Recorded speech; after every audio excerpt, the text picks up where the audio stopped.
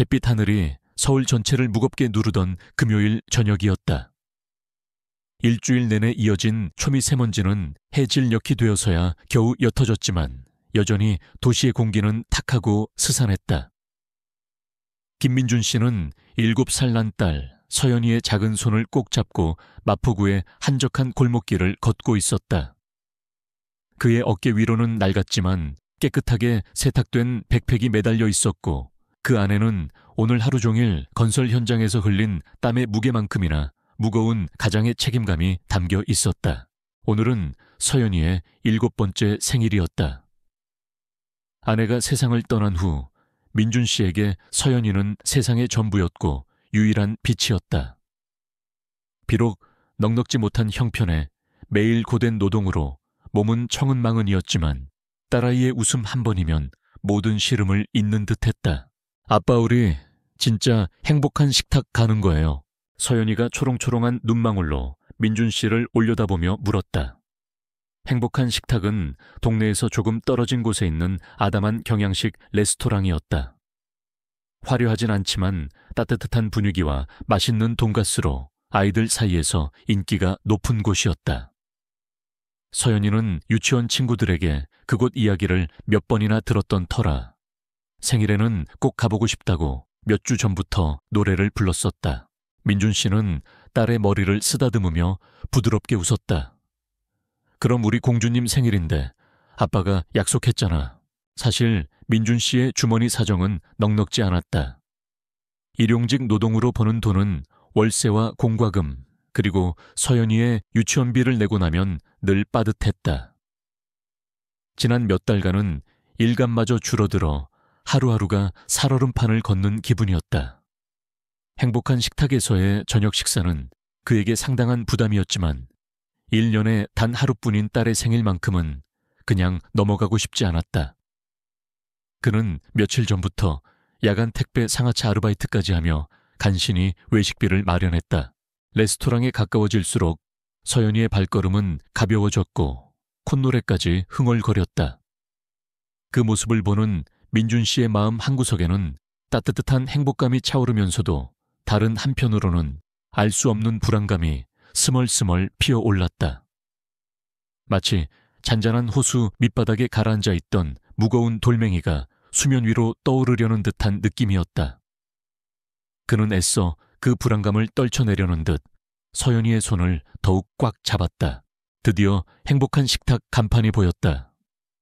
주황색의 따뜻한 불빛이 창문 너머로 새어나오고 있었고 문 앞에는 아기자기한 생일 축하 장식이 걸려 있었다. 와, 아빠 저기다. 서연이가 손가락으로 레스토랑을 가리키며 환호성을 질렀다. 민준 씨는 딸의 손에 이끌려 레스토랑 안으로 들어섰다. 내부는 생각보다 아늑하고 깨끗했다. 테이블마다 놓인 작은 꽃병과 은은한 음악이 고급 레스토랑 못지않은 분위기를 자아냈다. 평일 저녁임에도 불구하고 가족 단위 손님들로 거의 모든 테이블이 차 있었다. 시끌벅적하지만 정겨운 소음 속에서 아이들의 웃음소리가 유독 크게 들려왔다. 직원의 안내를 받아 창가 자리에 앉자 서연이는 신기한 듯 두리번거리며 메뉴판을 집어들었다. 고사리 같은 손으로 메뉴판을 넘기는 모습이 사랑스러워 민준 씨는 저도 모르게 미소를 지었다. 아바나는 어린이 돈가스 세트, 그리고 오렌지 주스. 서연이가 망설임 없이 메뉴를 골랐다. 민준 씨는 자신을 위해 가장 저렴한 기본 돈가스를 주문했다. 사실 그는 입맛이 없었다. 마음 한구석을 짓누르는 불안감 때문인지 아니면 며칠간의 과로 때문인지 알 수 없었다.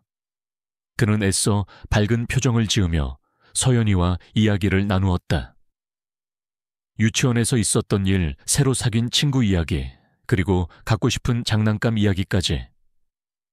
서연이는 조잘조잘 쉬지 않고 이야기를 쏟아냈고 민준 씨는 맞장구를 치며 딸의 이야기에 귀를 기울였다. 음식이 나오기 전 민준 씨는 슬쩍 백팩에서 낡은 지갑을 꺼내 내용물을 확인했다. 야간 아르바이트로 번 돈과 이번 달 생활비에서 아껴 모은 돈이 들어있었다. 돈을 세는 그의 손가락이 미세하게 떨렸다. 혹시라도 계산이 잘못되어 돈이 부족하기라도 하면 어쩌나 하는 걱정이 엄습했다. 그는 몇 번이고 돈을 다시 세어보았다.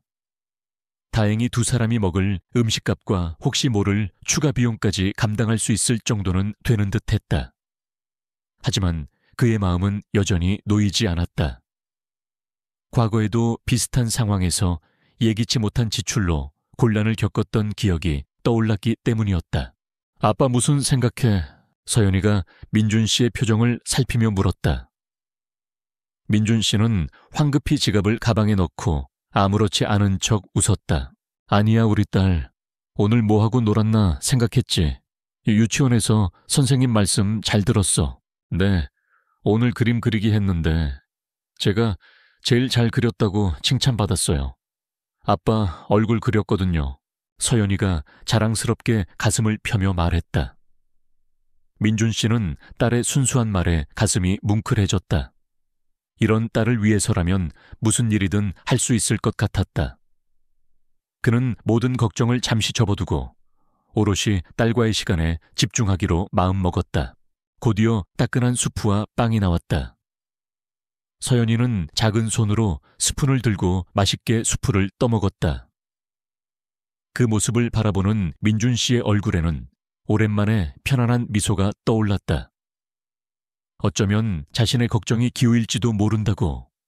오늘은 분명 행복한 저녁 식사가 될 것이라고 그는 생각했다. 메인 요리인 돈가스가 나왔을 때 서연이의 두 눈은 휘둥그레졌다.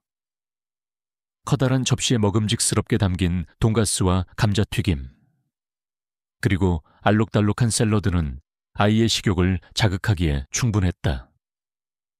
민준 씨는 나이프로 돈가스를 알맞게 잘라 서연이의 접시에 놓아주었다. 우와, 아빠 최고. 정말 맛있겠다. 서연이는 포크로 돈가스 한 조각을 찍어 입안 가득 넣고는 행복한 표정을 지었다. 바삭하게 튀겨진 돈가스와 달콤한 소스의 조화는 환상적이었다. 민준 씨도 자신의 돈가스를 한 입 베어 물었다. 맛은 있었지만 어쩐지 모래알을 씹는 것처럼 까끌거렸다. 마음속 깊은 곳에 자리한 불안감이 음식 맛마저 제대로 느끼지 못하게 방해하는 듯했다. 식사를 하는 동안에도 민준 씨는 주변을 살폈다. 다른 테이블의 사람들은 어떤 음식을 먹는지, 가격대는 어느 정도인지, 혹시나 자신들처럼 빠듯한 예산으로 온 사람은 없는지. 그의 시선은 자신도 모르게 다른 사람들의 풍족해 보이는 모습과 자신의 초라한 현실을 비교하고 있었다. 그런 생각이 들 때마다 그는 고개를 저으며 서연이에게로 시선을 돌렸다. 딸아이의 행복한 얼굴만이 그에게 유일한 위안이었다. 아빠 이거 진짜 맛있어요. 다음에 또 와요, 네. 서연이가 입가에 소스를 잔뜩 묻힌 채 애교 섞인 목소리로 말했다. 민준 씨는 휴지로 딸의 입가를 닦아주며 희미하게 웃었다.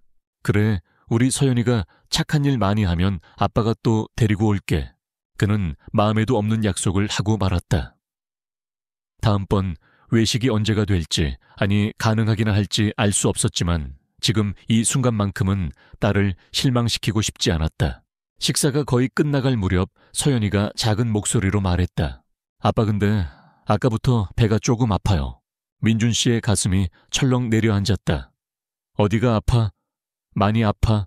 아니요, 그냥 조금 살살 아파요. 괜찮을 거예요.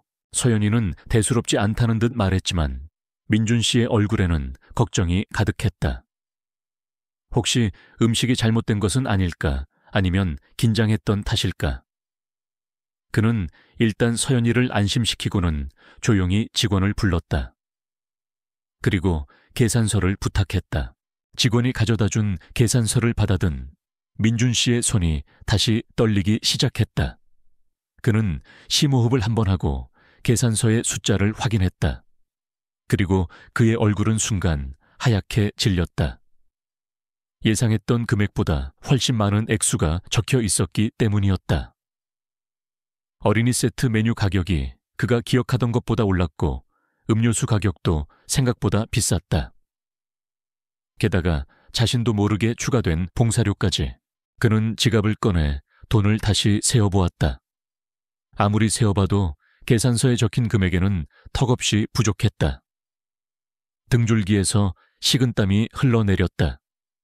심장이 미친 듯이 뛰기 시작했고 머릿속이 하얗게 비는 것 같았다. 어떻게 해야 할까? 이 상황을 어떻게 빠져나가야 할까? 그의 눈앞이 캄캄해졌다. 서연이의 생일 행복해야 할 저녁 식사가 최악의 상황으로 치닫고 있었다. 계산서에 적힌 숫자는 마치 살아있는 괴물처럼 김민준 씨의 눈앞에서 꿈틀거리는 듯했다. 그는 몇 번이고 눈을 비비고 다시 확인했지만 숫자는 변하지 않았다. 이마에서는 식은땀이 흘러내려 턱 끝에서 방울져 떨어졌다. 심장은 갈비뼈를 부수고 튀어나올 것처럼 격렬하게 뛰었고 방금 전까지 음식을 씹던 입안은 바싹 말라 침을 삼키기조차 어려웠다. 아빠 왜 그래요? 얼굴이 하얘요. 서연이가 걱정스러운 눈빛으로 그의 팔을 살짝 흔들었다. 아이의 작은 손길에도 그는 화들짝 놀라며 정신을 차리려 애썼다. 딸 앞에서 이런 모습을 보이고 싶지 않았다. 그는 아무렇지도 않은 척 억지 미소를 지어 보였지만 입꼬리가 파르르 떨리는 것까지 숨길 수는 없었다. 아니야, 서연아. 아빠 괜찮아. 잠깐 뭘 좀 확인하느라고.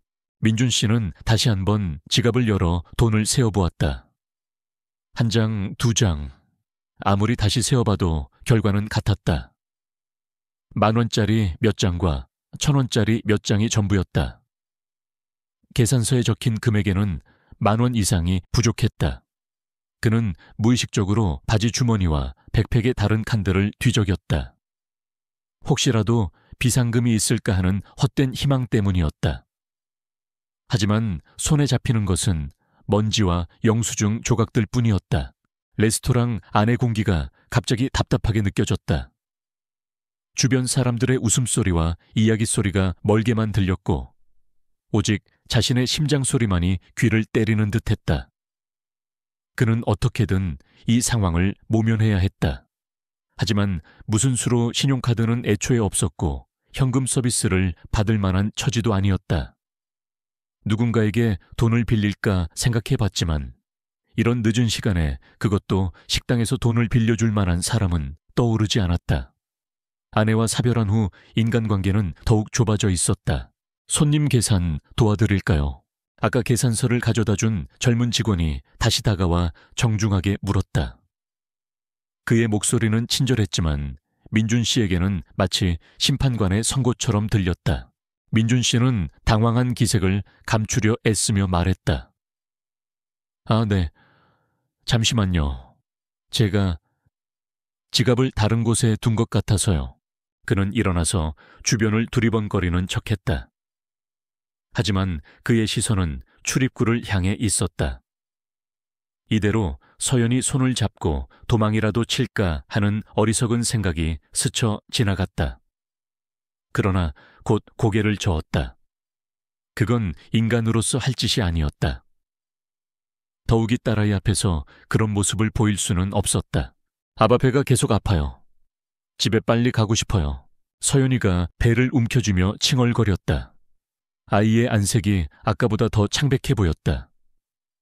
민준 씨의 마음은 더욱 다급해졌다. 딸이 아픈데 그는 여기서 이러지도 저러지도 못하고 있었다. 그래, 서연아. 조금만 참아. 아빠가 금방 계산하고 갈게. 그는 직원에게 멋쩍게 웃으며 말했다. 혹시 근처에 현금 인출기가 있을까요? 제가 현금이 조금 부족해서요. 직원은 잠시 생각하더니 대답했다. 저희 건물에는 없고요. 길 건너편 편의점에 하나 있습니다. 하지만 지금 시간이 좀 늦어서 민준 씨의 얼굴에 절망감이 더욱 짙어졌다. 서연이를 혼자 두고 길을 건너 편의점까지 다녀올 수는 없는 노릇이었다. 설령 다녀온다 해도 그의 통장 잔고 역시 바닥을 드러낸 지 오래였다. 시간은 야속하게 흘러갔다. 다른 테이블 손님들은 하나둘씩 계산을 하고 만족스러운 표정으로 레스토랑을 나섰다. 민준 씨와 서연이만 덩그러니 남아있는 듯한 기분이었다. 그의 임에는 땀이 송골송골 맺혔고 셔츠 등판은 축축하게 젖어들었다. 젊은 직원은 민준 씨의 테이블 주변을 몇 번 서성이더니 카운터 쪽으로 가서 나이가 조금 더 있어 보이는 다른 직원과 무언가 이야기를 나누기 시작했다. 그들의 시선이 슬쩍 자신에게 향하는 것을 느낀 민준 씨는 얼굴이 화끈거렸다. 마치 자신이 큰 죄라도 지은 사람처럼 느껴졌다. 그는 고개를 숙여 테이블만 내려다보았다. 다른 테이블에 앉아있던 한 중년 여성이 그 모습을 물끄러미 바라보고 있었다. 그녀는 우아한 옷차림에 값비싸 보이는 액세서리를 하고 있었지만 표정은 차분하고 지적여 보였다. 그녀는 가족들과 함께 저녁 식사를 즐기고 있었는데 우연히 민준 씨의 테이블에서 벌어지는 미묘한 긴장감을 감지한 것이었다. 처음에는 그저 계산이 늦어지는 손님이라고 생각했지만 민준 씨의 불안한 표정과 직원의 달라진 태도에서 무언가 심상치 않은 일이 벌어지고 있음을 직감했다. 그녀는 대놓고 쳐다보지는 않았지만 간간히 그쪽으로 시선을 던지며 상황을 주시했다. 저기 손님, 이번에는 아까 그 젊은 직원이 아니라 조금 더 직급이 높아 보이는 중년의 남자 직원이 민준 씨에게 다가왔다. 그는 아마도 이 레스토랑의 매니저인 듯했다. 그의 표정은 여전히 정중했지만 어딘지 모르게 단호함이 느껴졌다. 무슨 문제라도 있으신가요? 도움이 필요하시면 말씀해 주십시오. 매니저의 목소리는 낮고 차분했지만 그 안에는 보이지 않는 압박감이 실려 있었다. 민준 씨는 침을 꿀꺽 삼켰다. 이제 더 이상 시간을 끌거나 변명을 할 수도 없을 것 같았다. 그는 용기를 내어 사실대로 말하기로 했다. 이런 상황에서 자존심을 내세우는 것은 어리석은 일이었다. 정말 죄송합니다. 제가 계산을 해보니 가진 돈이 조금 부족합니다. 그의 목소리는 모기 소리만큼이나 작게 기어들어갔다. 얼굴은 홍당무처럼 빨개졌고 고개는 더욱 깊이 숙여졌다. 숨고 싶었다. 땅속으로라도 꺼져버리고 싶은 심정이었다. 매니저의 미간이 살짝 찌푸려졌다. 그는 잠시 민준 씨를 위아래로 훑어보았다. 허름한 옷차림 불안에 떠는 눈빛, 그리고 옆에서 칭얼거리는 아이. 매니저는 이런 경우를 몇 번 겪어본 듯했다. 얼마나 부족하신 겁니까? 매니저가 딱딱한 어조로 물었다. 민준 씨는 떨리는 목소리로 부족한 금액을 말했다. 10,000원이 조금 넘는 액수였다. 누군가에게는 작은 돈일 수 있지만 지금 그에게는 하늘처럼 커 보였다. 매니저는 팔짱을 끼고 잠시 생각에 잠겼다. 그의 표정에서는 어떤 감정도 읽을 수 없었다. 민준 씨는 그 짧은 침묵의 순간이 영혼처럼 길게 느껴졌다. 혹시 경찰에 신고라도 하는 것은 아닐까? 아니면 여기서 설거지라도 시키는 것은 아닐까? 하는 온갖 불길한 상상이 머릿속을 스쳐 지나갔다. 아빠 집에 언제 가요? 나 너무 아파요. 서연이가 울먹이며 그의 옷자락을 잡아당겼다. 아이의 목소리는 레스토랑의 소음 속에서도 유난히 크게 들렸다. 주변의 몇몇 손님들이 그들을 힐끔거리기 시작했다. 민준 씨는 딸아이를 달래며 어쩔 줄 몰라 했다. 그는 정말이지 최악의 아빠가 된 것 같았다. 딸의 생일날 맛있는 저녁을 사주기는커녕 이런 창피한 상황에 처하게 만들었으니 말이다. 매니저가 입을 열었다. 일단 신분증 있으시면 잠시 맡겨주시겠습니까? 그리고 연락처를 남겨주시면. 그때였다. 잠깐만요.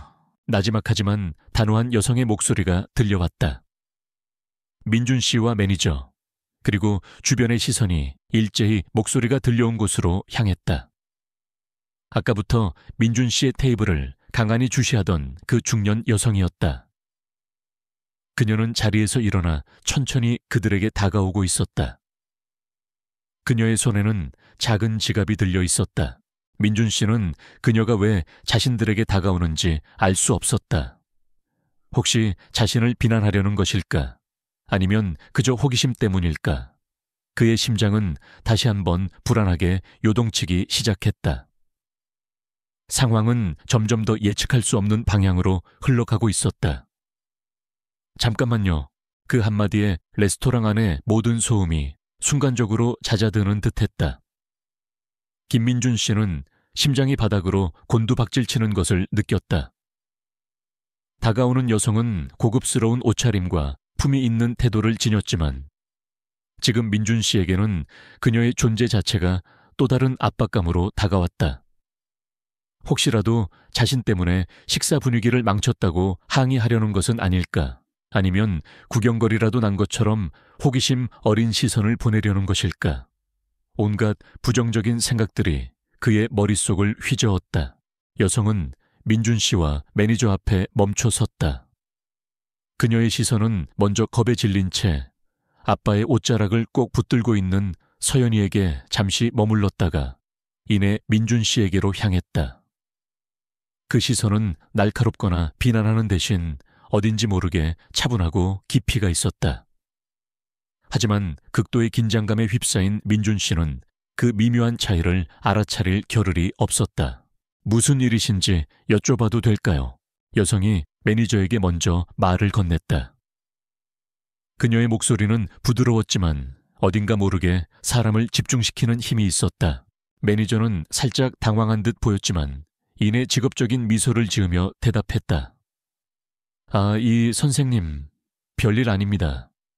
잠시 계산상의 작은 문제가 있어서 매니저는 이 선생님이라는 호칭을 쓰는 것으로 보아 여성이 이 레스토랑의 단골 손님이거나 혹은 어느 정도 지위가 있는 사람임을 짐작해 했다. 그의 태도는 민준 씨를 대할 때와는 미묘하게 달랐다. 작은 문제라고요. 여성은 민준 씨의 창백한 얼굴과 금방이라도 울음을 터뜨릴 듯한 서연이의 모습을 번갈아 보며 되물었다. 제가 보기에는 그리 작은 문제처럼 보이지 않는데요. 그녀의 말에 매니저의 얼굴이 순간 굳어졌다. 민준 씨는 이제 모든 것이 끝장이라고 생각했다. 이 여성이 자신을 몰아쓰기 시작하면 그는 정말이지 쥐구멍이라도 숨고 싶을 심정이었다. 주변 테이블의 손님들은 이제 노골적으로 그들 쪽을 쳐다보며 수군거리기 시작했다. 그들의 시선 하나하나가 비수처럼 민준 씨의 가슴에 박히는 듯했다. 아바 나 너무 아파 집에 가자 응. 서연이가 결국 울음을 터뜨리며 민준 씨의 품에 파고들었다. 아이의 뜨거운 눈물이 그의 셔츠를 적셨다. 민준 씨는 딸아이를 토닥이며 어쩔 줄 몰라 했다. 그는 이를 악물었다. 어떻게든 이 상황을 빨리 끝내야 했다. 딸아이가 아픈데 이런 수모를 계속 겪게 할 수는 없었다. 그는 거의 반사적으로 매니저를 향해 고개를 숙이며 말했다. 그의 목소리는 절박함으로 가득 차 있었다. 정말 죄송합니다. 제가 여기서 설거지라도 하면 안 되겠습니까? 아니면 제 휴대전화라도 맡기겠습니다. 어떻게든 변상하겠습니다. 제발, 제 딸이 많이 아픕니다. 그 말을 내뱉는 순간 민준 씨는 자신의 모든 자존심이 산산조각 나는 것을 느꼈다. 하지만 딸아이를 위해서라면 그보다 더한 일이라도 할 수 있을 것 같았다. 그의 눈시울이 뜨거워졌다. 매니저는 민준 씨의 말에 잠시 망설이는 듯했다. 하지만 레스토랑의 방침상 그런 식의 해결은 불가능하다는 것을 잘 알고 있었다. 그가 막 입을 열어 무언가를 말하려 할 때였다. 그러실 필요 없어요. 여성이 단호한 목소리로 말했다. 그녀는 민준 씨를 바라보며 말을 이었다. 오늘 이 아이 생일인가요? 민준 씨는 예상치 못한 질문에 잠시 할 말을 잃었다. 그는 어리둥절한 표정으로 여성을 바라보았다. 여성의 표정은 여전히 차분했지만 어딘지 모르게 따뜻한 기운이 느껴졌다. 네, 오늘 제 딸아이 생일입니다. 민준 씨가 더듬거리며 대답했다. 여성은 고개를 끄덕이더니 서연이를 향해 부드러운 미소를 지어 보였다. 생일 축하한다 아가야. 이렇게 예쁜 날 아프면 안 되는데. 그러고는 매니저를 향해 말했다. 이 테이블 계산은 제가 하겠습니다.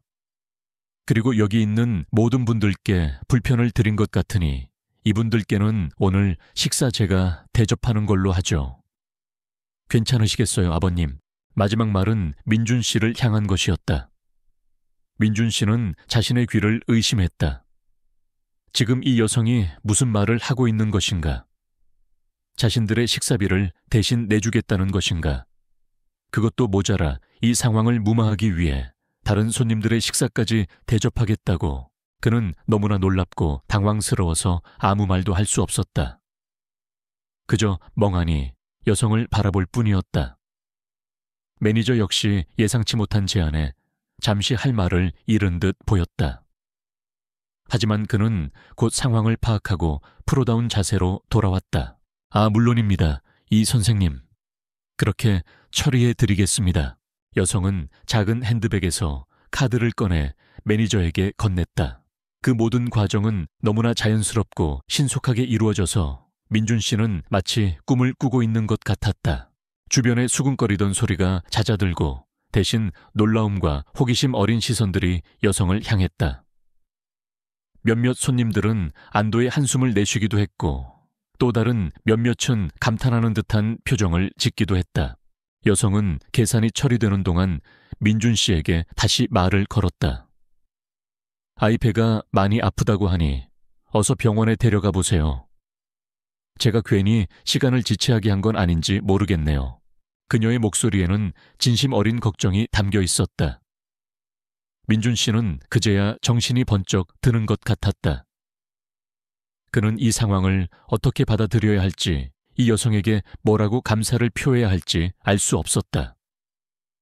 그의 머릿속은 여전히 혼란스러웠지만 가슴 한구석에서는 뜨거운 무언가가 울컥 치밀어 오르는 것을 느꼈다. 그것은 안도감이었고 감사함이었으며 동시에 형언할 수 없는 부끄러움이기도 했다. 그는 자신도 모르게 여성 앞에서 깊이 고개를 숙였다. 목이 메어 아무 말도 나오지 않았다. 그저 고개를 숙이는 것만이 그가 할 수 있는 유일한 표현이었다. 서연이는 여전히 아빠 품에 안겨 훌쩍이고 있었지만 아까보다는 조금 진정된 듯 보였다. 아이는 큰 눈으로 자신들 앞에 서 있는 낯선 아주머니를 올려다보았다. 그 눈빛에는 경계심보다는 호기심이 더 많이 담겨 있었다.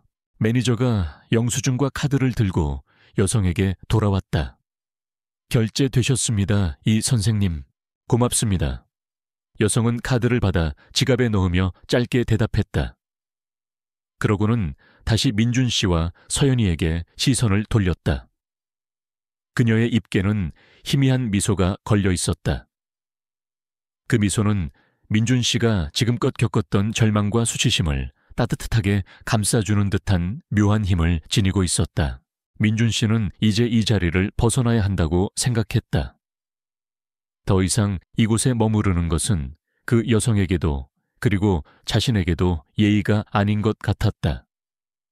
그는 서연이를 고쳐 안고 자리에서 일어섰다. 다리가 후들거렸지만 그는 애써 아무렇지 않은 척했다. 절망의 나락으로 떨어졌다가 한순간에 구원받은 듯한 이 기분을 어떻게 설명해야 할까? 그는 아직도 현실감이 느껴지지 않았다. 김민준 씨는 비틀거리는 다리를 애써 가누며 자리에서 일어섰다. 품에 안긴 서연이는 여전히 훌쩍이고 있었지만 아까처럼 몸을 뒤틀며 아파하지는 않았다. 어쩌면 갑작스러운 상황 변화에 놀라 잠시 아픔을 잊은 것인지도 몰랐다. 민준 씨는 자신을 구렁텅이에서 건져준 낯선 여성을 향해 무엇라고 말을 해야 했지만 목구멍에 뜨거운 덩어리가 걸린 듯 아무 소리도 나오지 않았다. 그는 겨우 입술을 달싹여 몇 마디를 내뱉었다. 저 정말 뭐라고 감사의 말씀을 드려야 할지 모르겠습니다. 그의 목소리는 심하게 떨리고 있었다. 눈앞이 흐릿해지며 여성의 얼굴이 제대로 보이지 않았다. 고개를 숙인 그의 어깨가 가늘게 떨렸다. 여성은 부드러운 미소를 지으며 대답했다. 아닙니다. 아이 생일인데 즐거운 기억으로 남아야죠. 어서 아이 데리고 병원에 가보세요. 많이 아파 보이는데. 그녀의 목소리에는 꾸밈없는 진심이 담겨 있었다. 민준 씨는 이 순간 세상에 아직 따뜻함이 남아있다는 것을 아주 오랜만에 느끼는 것 같았다. 그는 다시 한번 깊이 고개를 숙였다. 정말 감사합니다. 그가 서연이를 안고 돌아서려 할 때 여성이 다시 그를 불렀다. 잠깐만요, 아버님. 민준 씨가 멈칫하며 돌아보자 여성은 작은 핸드백에서 무언가를 꺼내 그에게 다가왔다. 그녀의 손에는 하얀 봉투와 함께 단정한 디자인의 명함 한 장이 들려 있었다. 이건 아이 병원비에 보태 쓰세요. 그리고 이건 제 명함입니다. 그녀는 봉투와 명함을 민준 씨의 손에 쥐어주며 말을 이었다. 혹시라도 다른 도움이 필요하시면 주저 말고 연락하세요. 부담 갖지 마시고요. 민준 씨는 자신의 손에 들린 봉투와 명함을 번갈아 내려다보았다. 봉투 안에는 빳빳한 지폐 몇 장이 들어있는 듯한 두께감이 느껴졌다. 그는 너무나 놀라 마치 뜨거운 물건을 만진 것처럼 손을 움찔했다. 아닙니다. 이렇게까지 해주시면 제가 받을 수 없습니다. 식사비만으로도 정말 분에 넘치는 도움을 받았습니다. 그는 황급히 봉투를 여성에게 되돌려 주려 했다. 아무리 형편이 어려워도 이렇게 일면식도 없는 사람에게 큰돈을 받을 수는 없었다. 그것은 그의 마지막 남은 자존심이 허락하지 않았다. 하지만 여성은 그의 손을 부드럽게 밀어내며 봉투를 다시 그의 손에 쥐어주었다. 괜찮습니다. 저도 아이를 키우는 엄마예요. 아이가 아플 때 부모 마음이 어떤지 잘 압니다.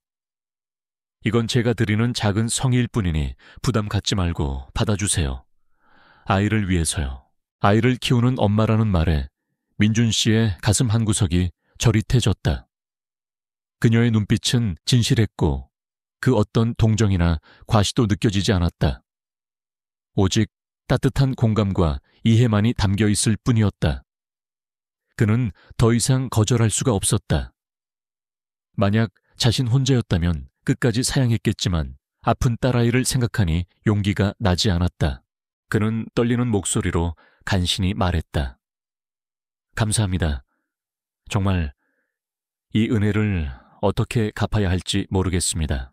은혜라니요, 당치도 않습니다. 여성은 손사래를 치며 웃었다. 그저 아이가 빨리 건강해지길 바랄 뿐입니다. 그리고 혹시 일자리를 구하고 계신다면 제 명함에 있는 회사로 한번 연락해 보세요. 제가 작은 회사를 운영하고 있는데 마침 사람을 구하고 있거든요. 물론 바로 채용을 약속드릴 순 없지만 면접 기회는 드릴 수 있습니다. 민준 씨는 이제 정말이지 할 말을 완전히 잃어버렸다. 이 여성은 단순한 동정심을 넘어 자신에게 새로운 삶의 기회까지 주려는 것이었다. 그는 꿈을 꾸고 있는 것인지 아니면 천사라도 만난 것인지 분간할 수 없었다. 그의 눈에서 결국 뜨거운 눈물 한 방울이 주르륵 흘러내렸다. 그는 황급히 고개를 숙여 눈물을 감추려 했지만 이미 여성은 그의 모습을 본 뒤였다. 여성은 아무 말 없이 그의 어깨를 가볍게 두드려 주었다. 그 손길은 따뜻했고 위로가 되었다. 어서 가보세요. 아이가 기다리겠습니다. 민준 씨는 더 이상 지체할 수 없었다. 그는 다시 한번 여성에게 깊이 고개를 숙여 인사하고 서연이를 고쳐안은 채 레스토랑 문을 향해 걸어갔다. 그의 발걸음은 여전히 무거웠지만 아까와는 다른 종류의 무게감이었다. 그것은 감당하기 힘든 감사함과 희망의 무게였다. 레스토랑을 나서는 그의 등 뒤로 다른 손님들의 시선이 느껴졌다. 하지만 이제 그 시선은 더 이상 차갑거나 저멘탈하지 않았다. 오히려 놀라움과 감탄, 그리고 약간의 부러움이 섞인 듯한 시선들이었다. 레스토랑 안의 분위기도 아까의 어색함과 긴장감은 사라지고 다시 평온을 되찾은 듯했다. 레스토랑 문을 나서자 차가운 밤 공기가 그의 얼굴을 때렸다. 민준 씨는 그제야 크게 심호흡을 했다. 마치 물속에서 허우적거리다가 간신히 빠져나온 사람처럼. 그는 손에 꼭 쥔 봉투와 명함을 내려다보았다. 아직도 이 모든 것이 현실이라는 게 믿기지 않았다. 아빠, 아까 그 아주머니 누구예요? 천사예요. 품에 안긴 서연이가 작은 목소리로 물었다. 아이의 눈에는 더 이상 눈물이 없었다. 대신 호기심과 함께 아까의 고통이 조금은 가신 듯한 표정이었다. 민준 씨는 딸아이의 머리를 쓰다듬으며 희미하게 웃었다. 글쎄, 아빠도 잘 모르겠지만 아마 천사였나 보다. 그는 서연이를 안고 천천히 밤거리를 걸었다. 가장 가까운 응급실이 있는 병원으로 가야 했다. 그의 발걸음은 아까 레스토랑으로 향할 때와는 비교할 수 없을 만큼 무거웠지만 마음속에는 작은 등불 하나가 켜진 것처럼 따뜻한 온기가 퍼지고 있었다. 절망의 끝에서 만난 한 줄기 빛. 그는 그 빛을 따라 조심스럽게 앞으로 나아가야 했다. 손에 쥔 명함이 마치 그의 미래를 밝혀줄 나침반처럼 느껴졌다. 그는 문득 하늘을 올려다보았다. 여전히 잿빛 하늘이었지만 아까처럼 무겁고 절망적으로 느껴지지는 않았다. 오히려 그 너머 어딘가에 반짝이는 별들이 숨어 있을 것만 같은 기분이 들었다. 그는 딸아이를 더욱 꽉 끌어안았다. 이 아이를 위해서라면 그는 다시 일어설 수 있을 것 같았다. 아니, 반드시 다시 일어서야만 했다. 오늘 받은 이 과분한 친절과 희망을 절대로 잊지 않겠다고 그는 마음속 깊이 다짐했다. 가장 가까운 대학병원 응급실에 도착했을 때 김민준 씨의 심장은 여전히 불안으로 두근거렸다. 다행히 서연이의 복통은 심각한 질병 때문이 아니었다. 의사는 아이가 갑작스러운 스트레스와 긴장으로 인한 급성 위경련을 일으킨 것 같다고 진단했다. 간단한 처치와 함께 약을 처방받고 나자 서연이는 언제 아팠냐는 듯이 금세 기운을 차렸다. 민준 씨는 그제야 안도의 한숨을 내쉴 수 있었다. 이 모든 것이 한바탕 악몽을 꾼 것만 같았다. 이수연 씨가 건네준 돈은 병원비를 내고도 남았다. 민준 씨는 남은 돈으로 택시를 잡았다. 평소라면 상상도 못할 일이었지만 오늘만큼은 그리고 아픈 딸을 위해서는 그래야 할 것 같았다.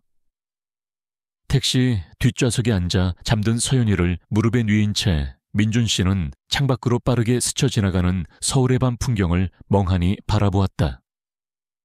화려한 넌사인과 빌딩의 불빛들이 마치 다른 세상의 이야기처럼 느껴졌다. 불과 몇 시간 전만 해도 그는 절망의 가장 깊은 곳에 빠져 허우적거리고 있었다. 그의 손에는 여전히 이수연 씨의 명함과 돈 봉투의 온기가 남아있는 듯했다. 그는 가만히 명함을 꺼내 어두운 차 안에서 가로등 불빛에 비추어 보았다. 이수연 대표, 주 늘봄 기획. 작은 글씨로 적힌 회사 이름과 직함이었다. 늘봄 기획이라. 마치 그녀의 따뜻한 마음처럼 늘 봄과 같은 희망을 주는 이름 같았다. 그는 자신도 모르게 눈시울이 뜨거워지는 것을 느꼈다. 이번에는 부끄러움이나 절망 때문이 아니었다. 가슴 깊은 곳에서부터 차오르는 벅찬 감사함과 감동 때문이었다. 그는 소리 없이 눈물을 흘렸다. 잠든 딸아이가 깰까봐 소리내어 울 수도 없었다. 그저 하염없이 흐르는 눈물을 연신 소매로 훔쳐낼 뿐이었다. 세상이 다 외면한 것 같던 순간 한 줄기 빛처럼 다가와 자신과 딸아이에게 손을 내밀어준 사람. 그는 이수연 씨의 얼굴을 떠올렸다. 평온하고 자애로운 미소, 따뜻한 눈빛. 그녀는 정말 천사였을까? 집으로 돌아오는 길 서연이는 그의 품에서 깊은 잠에 빠져 있었다. 작고 허름한 반지하 방이었지만 오늘따라 그 공간이 유난히 아늑하게 느껴졌다. 그는 서연이를 조심스럽게 이불 위에 눕히고 아이의 이마에 흐른 땀을 닦아주었다. 새근새근 잠든 딸의 얼굴을 한참 동안이나 내려다보았다. 이 작은 아이가 오늘 얼마나 놀라고 무서웠을까. 아빠로서 너무나 미안하고 부끄러웠다. 서연이 옆에 조용히 앉은 민준 씨는 다시 명함과 돈 봉투를 꺼냈다. 봉투 안에는 5만 원짜리 지폐 여러 장이 들어있었다. 결코 적지 않은 돈이었다. 이 돈이면 며칠은 걱정 없이 생활할 수 있을 터였다. 하지만 그에게 더 큰 의미로 다가온 것은 명함 한 장이었다. 일자리를 구하고 있다면 면접 기회는 드릴 수 있습니다. 그녀의 말이 귓가에 맴돌았다. 지난 몇 달간 그는 수없이 많은 곳에 이력서를 내고 면접을 보러 다녔지만 번번이 낙방의 쓴 잔을 마셔야 했다. 나이도 적지 않았고 특별한 기술이나 경력이 있는 것도 아니었다. 하지만 그녀는 그런 자신에게 기회를 주겠다고 했다. 그것도 아무런 대가 없이. 민준 씨는 밤새도록 잠을 이루지 못했다. 수많은 생각이 머릿속을 오갔다. 이수연 씨에게 전화를 해야 할까? 만약 전화를 한다면 뭐라고 말해야 할까? 혹시라도 그녀가 자신을 부담스러워하지는 않을까 하지만 이대로 주저앉아 있을 수만은 없었다. 이것은 어쩌면 하늘이 주신 마지막 기회일지도 몰랐다. 자신뿐만 아니라 서연이를 위해서라도 용기를 내야 했다. 다음 날 아침 서연이는 언제 아팠냐는 듯 밝은 모습으로 일어났다. 민준 씨는 딸에게 간밤에 있었던 일에 대해 조심스럽게 이야기해 주었다. 물론 돈이 없어 곤란했던 상황에 대해서는 최대한 아이가 이해하기 쉽게, 그리고 상처받지 않도록 돌려서 설명했다. 서연아, 어젯밤에 우리를 도와준 아주머니 기억나니? 그분은 정말 좋은 분이셨어. 아빠가 아주 힘들 때 아무것도 묻지 않고 도와주셨단다. 세상에는 그렇게 따뜻한 마음을 가진 사람들이 있단다. 우리도 나중에 다른 사람이 어려움에 처하면 꼭 도와주자 알았지. 서연이는 고개를 끄덕이며 말했다. 네 아빠, 그 아주머니는 천사였어요. 아이의 순수한 말에 민준 씨는 다시 한번 가슴이 뭉클해졌다. 며칠을 고민하던 민준 씨는 마침내 용기를 내어 명함에 적힌 번호로 전화를 걸었다. 심장이 터질 것처럼 떨렸지만 그는 또렷한 목소리로 자신을 소개하고 이수연 대표와의 통화를 요청했다. 잠시 후 수화기 너머로 익숙한 목소리가 들려왔다. 네, 이수연입니다. 그는 그날 레스토랑에서 있었던 일과 자신의 상황을 다시 한번 간략하게 설명하고 염치 없지만 면접 기회를 얻고 싶다고 말했다. 이수연 씨는 그의 말을 잠자코 듣고 있더니 의외로 담담하게 대답했다. 김민준 씨, 기억하고 있습니다. 잘 오셨어요. 내일 오후 2시에 저희 회사로 오실 수 있겠어요. 민준 씨는 자신의 귀를 의심했다. 이렇게 쉽게 면접 약속이 잡힐 줄은 몰랐다. 그는 떨리는 목소리로 몇 번이고 감사하다고 말했다. 다음 날 민준 씨는 몇 년 만에 가장 깨끗한 옷을 꺼내 입고 늘봄 기획이라는 작은 회사를 찾아갔다. 회사는 크지 않았지만 밝고 활기찬 분위기였다. 이수연 씨는 사무실에서 그를 따뜻하게 맞아주었고 다른 직원들과 마찬가지로 진지하게 면접을 진행했다. 민준 씨는 자신의 부족함과 어려움을 솔직하게 이야기했고 어떤 일이든 최선을 다해 배우고 일하겠다고 다짐했다. 면접 결과는 며칠 뒤에 나왔다. 그는 합격이었다. 비록 높은 연봉이나 화려한 직책은 아니었지만 그에게는 세상을 다 얻은 것만큼이나 기쁜 소식이었다. 그는 이제 매일 일정한 시간에 출근하고 땀 흘려 일한 대가로 월급을 받을 수 있게 된 것이었다. 무엇보다도 서연이에게 조금 더 안정적인 환경을 제공해 줄 수 있다는 사실이 그를 가장 행복하게 만들었다. 시간이 흘러 몇 달이 지났다. 민준 씨는 새로운 직장 생활에 빠르게 적응해 나갔다. 그는 누구보다 성실하게 일했고 동료들과도 원만한 관계를 유지했다. 그의 얼굴에서는 예전의 불안과 그늘이 사라지고 대신 건강한 미소와 자신감이 자리 잡기 시작했다. 주말이면 서연이와 함께 가까운 공원에 나가 자전거를 타거나 도시락을 먹으며 소박하지만 행복한 시간을 보냈다. 어느 날 저녁 퇴근길에 민준 씨는 우연히 길가에서 폐지를 줍는 한 노인을 보게 되었다. 노인의 힘겹게 리어카를 끄는 모습을 보자 그는 문득 몇 달 전 레스토랑에서의 자신이 떠올랐다. 그는 망설이지 않고 노인에게 다가가 리어카를 함께 밀어주었다. 그리고 지갑에서 얼마 되지 않지만 작은 돈을 꺼내 노인의 손에 쥐어주었다. 노인은 연신 고맙다고 인사했고 민준 씨는 오히려 자신이 더 큰 것을 받은 듯한 기분이었다. 그는 언젠가 이수연 씨가 자신에게 베풀었던 그 따뜻함을 이제 다른 누군가에게 조금이나마 나누어 줄 수 있게 되었다는 사실에 가슴 벅찬 감동을 느꼈다. 세상은 여전히 힘들고 각박한 곳일지 모르지만 한 사람의 작은 선행이 또 다른 선행으로 이어질 수 있다는 것을 그는 몸소 체험하고 있었다. 그날 밤 잠든 서연이의 머리맡에 앉아 민준 씨는 조용히 눈물을 흘렸다. 그것은 절망의 눈물이 아니었다. 삶의 무게에 짓눌려 흘리던 서러운 눈물도 아니었다. 가슴 깊은 곳에서 우러나오는 따뜻한 감사의 눈물이었고 앞으로 살아갈 날들에 대한 희망의 눈물이었다. 그는 그날 레스토랑에서 만났던 천사를 결코 잊지 않을 것이다.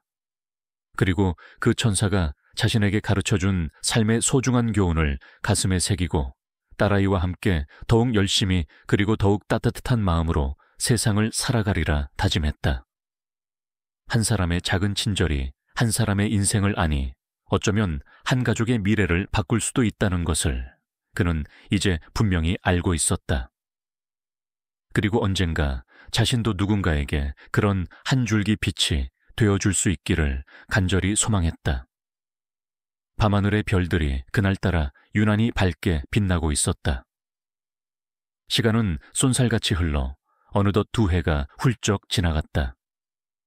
서울의 하늘은 여전히 때때로 잿빛이었지만 김민준 씨의 마음속 하늘은 그 어느 때보다 맑고 푸르렀다. 그와 서연이가 살고 있는 반지하 방은 여전히 작고 허름했지만 방 안을 채우는 온기는 그 어떤 넓고 좋은 집 부럽지 않았다. 방 한쪽 벽에는 서연이가 학교에서 그려온 그림들이 알록달록하게 붙어 있었는데 그 중에서도 유난히 환하게 웃는 아빠와 딸, 그리고 그들 옆에 날개 없는 천사처럼 서 있는 한 여성의 그림이 눈에 띄었다. 민준 씨는 주 늘봄 기획에서 성실함을 인정받아 정규직으로 전환된 지 1년이 넘었다. 그의 삶은 극적으로 변하지는 않았지만 분명한 것은 안정이라는 단단한 뿌리를 내리고 있었다는 점이다. 매달 꼬박꼬박 나오는 월급은 더 이상 월세와 공과금 걱정에 밤잠을 설치지 않게 해주었고 서연이에게 계절이 바뀔 때마다 새 옷 한 벌 사줄 수 있는 작은 여유도 생겼다. 무엇보다 그는 이제 스스로의 힘으로 딸아이를 키우고 있다는 자부심과 함께 세상에 필요한 존재가 되었다는 소속감을 느낄 수 있었다. 늘봄 기획의 이수연 대표는 그에게 단순한 고용주 이상의 존재였다. 그녀는 민준 씨가 회사에 잘 적응할 수 있도록 물심양면으로 도와주었고 때로는 인생의 선배로서 따뜻한 조언을 아끼지 않았다. 민준 씨는 그녀에게 받은 은혜를 갚기 위해서라도 더욱 열심히 일했다. 그는 사무실의 꾸준 일을 도맡아 했고 동료들이 어려움을 겪을 때면 가장 먼저 다가가 손을 내밀었다. 그의 진심 어린 태도에 동료들은 그를 신뢰하고 좋아했다. 어느덧 9살이 되어 초등학교 2학년이 된 서연이는 밝고 구김살 없는 아이로 자랐다. 아빠의 사랑을 듬뿍 받으며 자란 아이는 타인에 대한 공감 능력도 뛰어났다. 학교에서 친구가 준비물을 가져오지 않아 울상을 짓고 있으면 자신의 것을 선뜻 나눠주었고 넘어져 우는 동생을 보면 달려가 눈물을 닦아주곤 했다. 그때마다 아이는 해맑게 웃으며 말했다. 괜찮아. 아빠가 그랬어. 어려운 사람은 서로 도와야 한다고. 옛날에 아빠도 아주 힘든 일이 있었는데 얼굴도 모르는 천사 아주머니가 도와주셨대. 민준 씨는 딸아이의 그런 모습을 볼 때마다 가슴 한구석이 뭉클해지곤 했다. 자신이 겪었던 절망과 그 속에서 피어난 한 줄기 희망이 이제 딸아이를 통해 또 다른 작은 희망의 씨앗으로 퍼져나가고 있는 것 같았다. 그러던 어느 토요일 오후 민준 씨는 서연이와 함께 동네 공원으로 나들이를 나섰다. 한 손에는 서연이가 좋아하는 김밥 도시락이, 다른 한 손에는 작은 돗자리가 들려 있었다. 공원 벤치에 앉아 김밥을 먹으려던 참이었다. 그때 한쪽 구석에서 작은 소란이 일어났다. 젊은 엄마로 보이는 한 여성이 7살쯤 되어 보이는 남자아이의 손을 잡고 어쩔 줄 몰라 하며 울먹이고 있었다. 아이는 배가 아픈지 계속 칭얼거렸고, 여성은 당황한 표정으로 주변 사람들에게 무언가를 다급하게 묻고 있었다.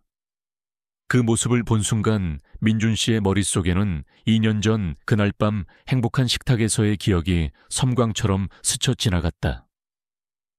돈이 없어 어쩔 줄 몰라 하던 자신의 모습 아파하던 서연이, 그리고 그때 한 줄기 빛처럼 다가왔던 이수연 씨. 그는 자신도 모르게 자리에서 벌떡 일어섰다. 서연아, 잠깐만 아빠 좀 다녀올게. 민준 씨는 그 모자에게 다가갔다. 무슨 일 있으신가요? 제가 혹시 도와드릴 일이라도 있을까요? 젊은 엄마는 눈물이 그렁그렁한 눈으로 민준 씨를 올려다보았다. 아이가 갑자기 배가 너무 아프다고 해서 병원에 가야 하는데, 제가 오늘 정신이 없어서 지갑을 집에 두고 나왔지 뭐예요. 현금도 한 푼 없고 휴대폰 배터리도 다 닳아서. 그녀의 목소리는 절박했다. 민준 씨는 그 마음을 누구보다 잘 알 수 있었다. 그는 주저하지 않고 지갑을 열었다. 두툼하지는 않았지만 병원비와 택시비 정도는 충분히 들어있었다. 그는 5만 원짜리 몇 장을 꺼내 여성의 손에 쥐어주었다. 이거 가지고 어서 아이 데리고 병원부터 가보세요. 아이가 많이 아픈 것 같은데요. 여성은 너무나 놀라 아무 말도 못하고 민준 씨와 그가 내민 돈을 번갈아 쳐다보았다. 아니 어떻게 이런 큰 돈을, 제가 지금 당장은 갚을 길이 없는데. 민준 씨는 부드럽게 웃으며 그녀의 손을 잡아 돈을 꼭 쥐어주었다. 괜찮습니다. 저도 예전에 비슷한 상황에서 큰 도움을 받은 적이 있습니다. 그때 저를 도와주신 분이 그러셨어요. 아이를 위해서 쓰라고요. 그러니 부담 갖지 마시고 어서 아이 병원부터 가세요. 그는 자신의 이야기를 짧게 덧붙였다. 절망 속에서 만난 한 사람의 친절이 어떻게 자신의 삶을 바꾸어 놓았는지. 젊은 엄마는 그의 이야기를 듣는 동안 연신 눈물을 훔쳤다. 정말 감사합니다. 이 은혜를 어떻게 갚아야 할지. 성함이라도 괜찮습니다. 민준 씨는 손을 저었다. 그저 아이가 빨리 낫기를 바랄 뿐입니다.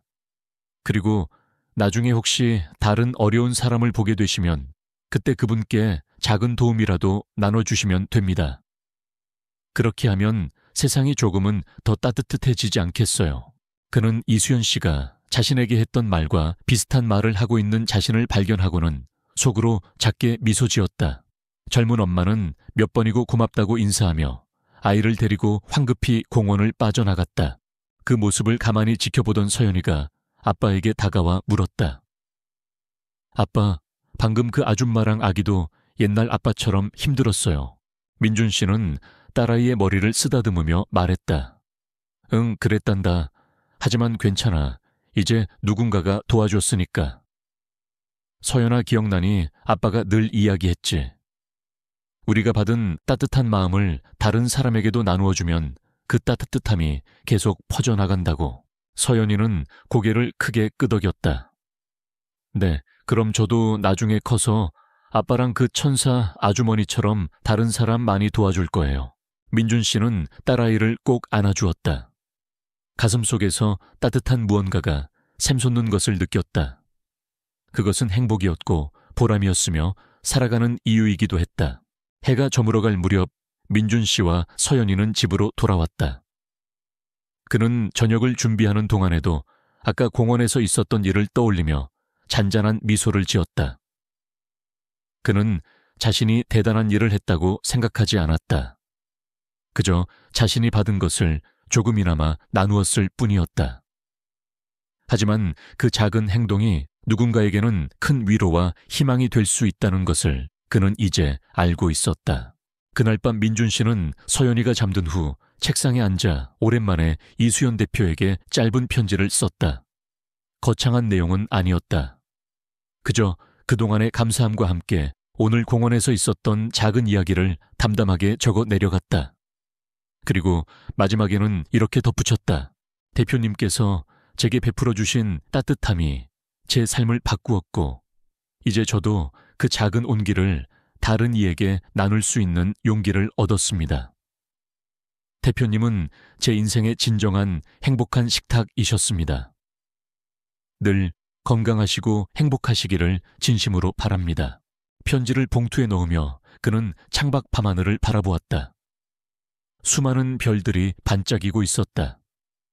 마치 2년 전 그날 밤처럼. 하지만 이제 그의 마음은 더 이상 절망이나 불안으로 흔들리지 않았다. 대신 그 자리에는 잔잔한 평화와 세상에 대한 깊은 신뢰가 자리 잡고 있었다. 한 사람의 선행이 만들어낸 기적. 그리고 그 기적은 여전히 계속되고 있었다. 그는 앞으로도 서연이와 함께 이 세상의 작은 희망의 씨앗을 계속 심어나갈 것이라고 다짐했다. 그 어떤 어려움이 닥쳐도 마음속의 따뜻한 등불을 결코 끄뜨리지 않으리라고.